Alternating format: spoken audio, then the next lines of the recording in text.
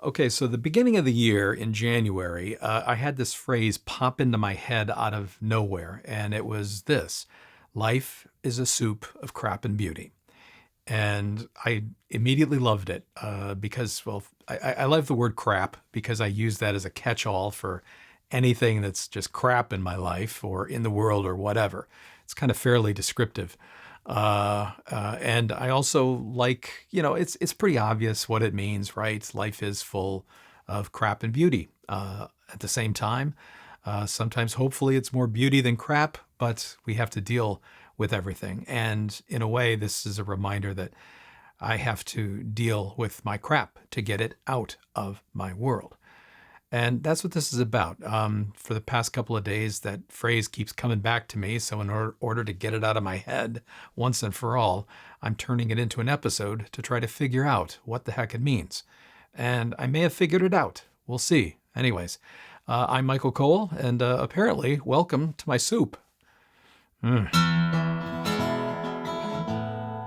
So, life is a soup of crap and beauty, right? How do you like that one?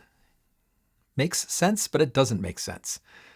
And the whole, the crap and beauty, that makes sense. That's in everybody's lives. It's in the world in general, it's in my life, definitely.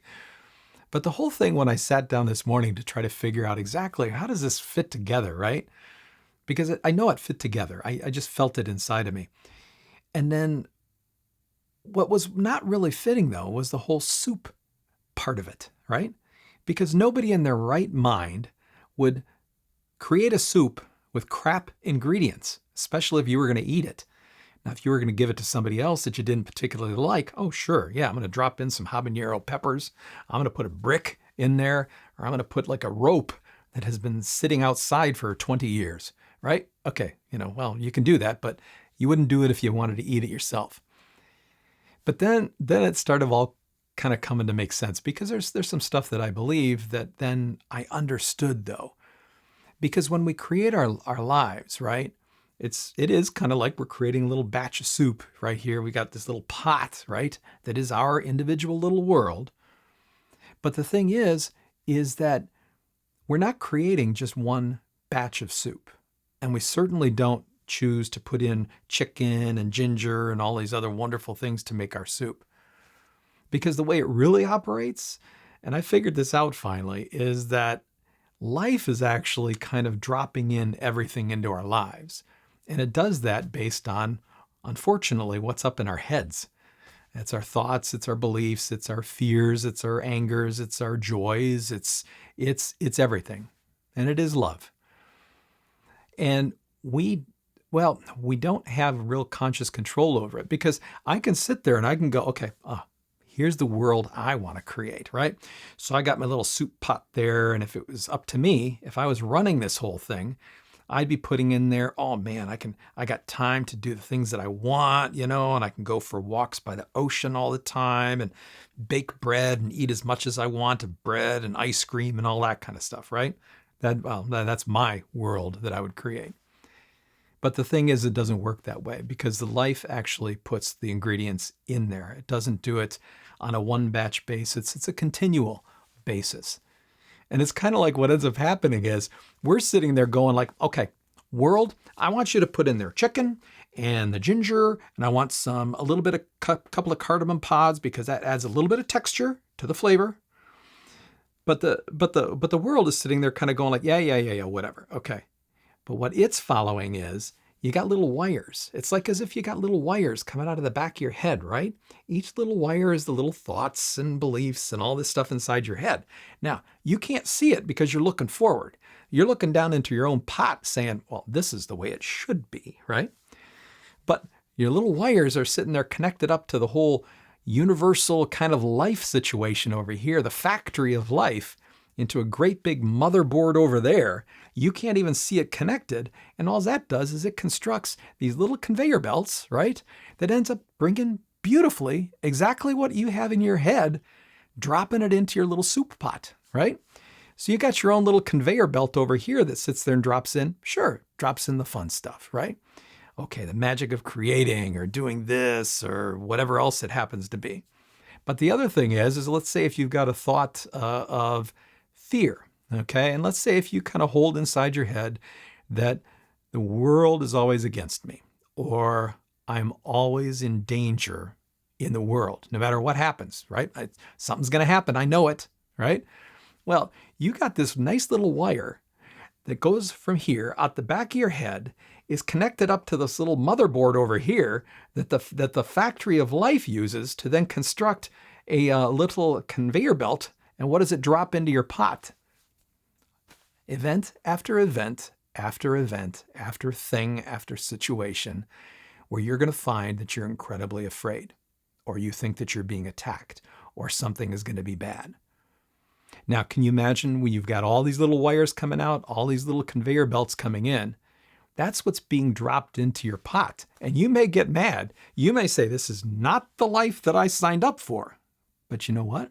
It's the life that you got inside your head. And life faithfully recreates it right in front of you in your little soup pot. Now, the bad thing about that is you end up having to eat that, right? Okay, now that's the bad thing. But the good thing, you can begin, once you get this concept, you can begin now to even watch as the conveyor belt brings in those specific things, right? So I can sit there and I can go, oh, wow, here comes yet another event where, oh, right, I'm afraid. And I think that person's going to come and get me or something like that, whatever it is. And as soon as you can start to see it, you can start to understand, okay, that's inside my head. That's one of the beliefs I have. Now, the next step from there is you can decide, you know what? I think that's a crap thing. I don't want that inside my soup. That's going to taste like garbage, right? And that's how you end up. You have to decide with each of these things to dismantle that particular conveyor belt, because you're not going to stop it. It's going to keep coming and continue to come into your life. But like I say, that's the wonderful thing about it, is you can see these things to then start taking action to stop it. And what can you do? Well, one thing that I do a lot is I meditate. And my life really started changing after I started meditating. And meditating really is more like self-hypnosis. It's kind of, in a way, and it's true, it's awesome. And I've changed my life incredibly a lot in the past couple of years. Because what I'm able to do now is to take those particular beliefs and thoughts, those crap ingredients that are coming into my life, and switch them over, to both cut them off, whether to just stop looking at that or stop that thing from repeating inside my head, to also then programming myself with the opposite, which is, you know what? Oh, here comes yet another, look at this.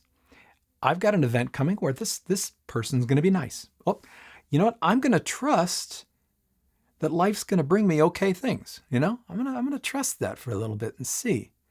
And suddenly, slowly, sometimes slower than you want, those things begin to show up. Now, as I said, I know life is full of crap and beauty. And I know that for myself, I have done stupid things. I have said stupid things. I have hurt people.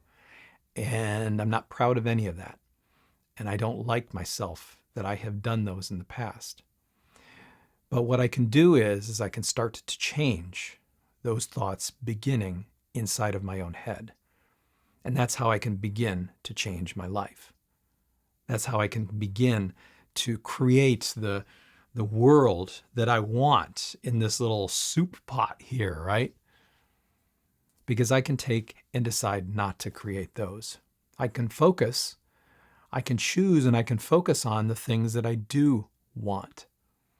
Not by cutting up the chicken myself and throwing it in there, but where it really begins is inside your head. Because life automatically brings you everything that is in there. And if you start by changing what's inside of your head, that's the easiest way to begin to change what you end up seeing literally happen in your life. So, what kind of soup do you want to make today? What kind of soup do you want to make for the rest of your life? Life truly is a soup of crap and beauty. And we may end up always having to deal with crap. And I'm sure what ends up happening is, at least it has for me, as soon as I get rid of one of these things, the other ones start coming up too. But the beauty of that is that those are usually the deeper ones. And so it's a process where I'm bringing up the deeper and worse things. And the more I can do that, the better my life becomes. Well, that's it.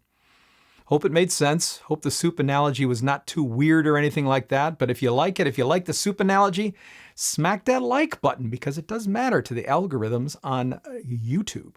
It helps me out. And if you want, subscribe. Stick along. Come along for the journey. I got a lot more wacky stuff like this in store. So come on back. But in the end, this week, focus on one of those things that keep recurring in your life, that keep showing up, that you don't want, right? That's not how you want to make your soup, but focus on one and taste the results afterwards. It's going to be a lot better. I promise you. Love you.